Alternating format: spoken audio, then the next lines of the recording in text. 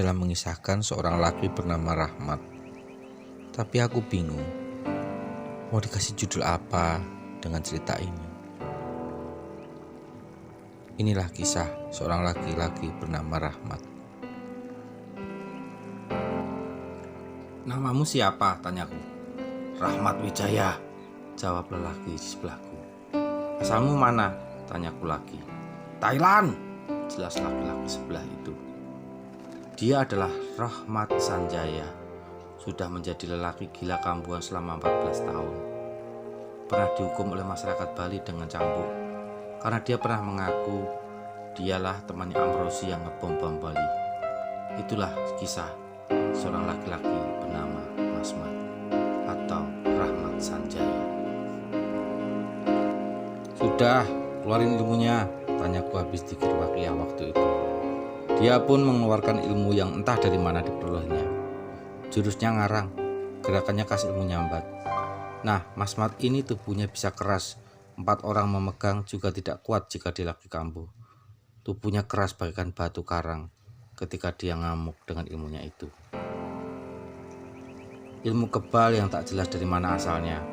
Masmat melakukan gerakan tertentu dan mulai mengeluarkan ilmunya. Itu pengaruh anak iblis dalam tubuhnya yang sangat kuat. Butuh kesabaran dan ulet untuk memegang dia. Ditambah ada tamu undangan yaitu ahli hikmah dan pernah tampil di acara TV dunia lain, di Cakra TV dan TV swasta lainnya. Dia adalah Abah Dwi. Abah Dwi adalah guru dari Mas Tris atau terkenal dengan namanya Tristato kalau kita ketemu di majelis. Abah Dwi adalah seorang guru spiritual. Abah Dwi ini pernah belajar budi suci, Onggodremo, Merpati Putih, dan ilmu-ilmu hikmah lainnya. Menurut pengakuannya, dia mengamalkan Thariqah Qadariyah wa Naqsabandiyah dari Kiai Muslih Abdurrahman Mranggen. Nah, ini menjadi berat karena dia adalah guru Mas Tristato dan dia kadang membantu mencampuri urusan dongkrak dan lain-lain. Ya karena dia sayang sama Mas Tris dan dia tidak mau murid kesayangan ini terluka dan tersakiti. Dan Masmat sendiri mulai mengerang-erang, mengaraung-raung, ilmunya dikeluar semua. Tubuhnya kaku bagai arca batu, keras, lihat. Saking kerasnya aku ikut memegangi. Bagi dia, 4 orang tidak artinya kalau dia sedang kambuh seperti ini. Sekali libas kami habis. Siapapun kamu, kalau kamu penyabar, maka pandanganmu akan halus dan jauh dari amarah. Jika kamu orangnya bertawakal, apa saja yang selalu kamu sandarkan kepada Allah. Jika kamu tawaduk, maka apa saja yang keluar dari rasa perbuatanmu akan menuju kepada Allah. Jika kamu iman kepada hari akhir, maka apapun yang keluar dari dirimu kamu lakukan dengan kehati-hatian. Kamu takut semua ucapan dan tulisanmu akan menyakiti orang lain. Dan itu adalah sebaik-baiknya tawakal. Bukan sorban yang membuatmu masuk surga, bukan jabatan yang membuatmu masuk neraka, tapi bagaimana hidup yang bagai mimpi ini membuatmu sadar. Rumah kita bukan di sini. Rumah kita adalah surga tempat kita kembali. Sebagaimana cerita Masmat mulai mengeluarkan ilmunya, tak tahu dari mana. Dan ini adalah pertarungan ketiga bagi kami jamaah Purwodadi melawan makhluk yang entah apa namanya. Mungkin siluman, mungkin iblis atau sebangsanya. Malam itu julukan Angga Musi kuserahkan kepadanya, penuh tipuan dan gerakan ucapannya. Tapi yang kuingat hanya tawakal kepada Allah. Memang kalau kalah urusan mati, menang atau kalah itu target yang tidak kami utamakan. Pertama pertarungan jadi di rumah Mas Tresno di Godong, kedua di Bonang, dan sekarang di rumah orang tuanya di Jumbok. Sayang tak ada videonya.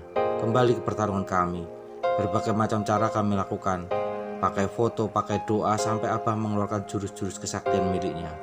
Kunci maut, pukulan pelebur sukma, sampai ilmu tenaga dalam. Berpuluh-puluh jurus telah dilakukan oleh Abah. Bahkan Abah memberikan instruksi, itu ilmu kekuatannya ada di siku-sikunya dan melekat di punggungnya. Serang, kata dia kepadaku.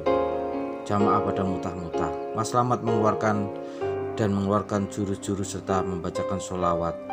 Mas Tresno kewalahan dan harus diobati Abah. Mas Agung mutah-mutah di luar. Mas Moko juga sama, kepalanya pusing dan mutah-mutah. Pertarungan melawan Mas Mat itu tidak gampang. Bisa keluar aroma bau busuk dari tubuhnya.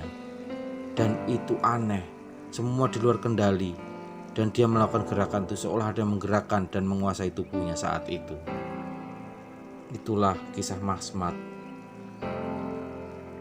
Dan perlawanan Mas Mat semakin sengit kepada kami. Yang kuingat kalau sampai emosi dengan makhluk ini, jelas kalah dan keteteran. Abah mulai kelelahan dan ku amati dia setengah hati membantu keluarga ini. Mungkin karena dia tahu keluarga ini, Abah Dwi masih saudara. Cuman kulihat dia tak cocok dengan Bapak Mas Mat karena hobinya mencampur ilmu Islam dan kejawen. Meski mengaku mengamalkan ilmu tarikat TKN, kata Abah Dwi, dia bohong karena tak pernah ketemu di tempat mereka mengaji. Kalau habis sholat langsung keluar, kata Abah kepadaku. Ternyata Bapak Mas Mat itu tidak benar. Dia hanya lamis-lamis mulut. Itu tak senyatanya. Dia bukan pengamal tarekat apapun. Dia adalah penyuka.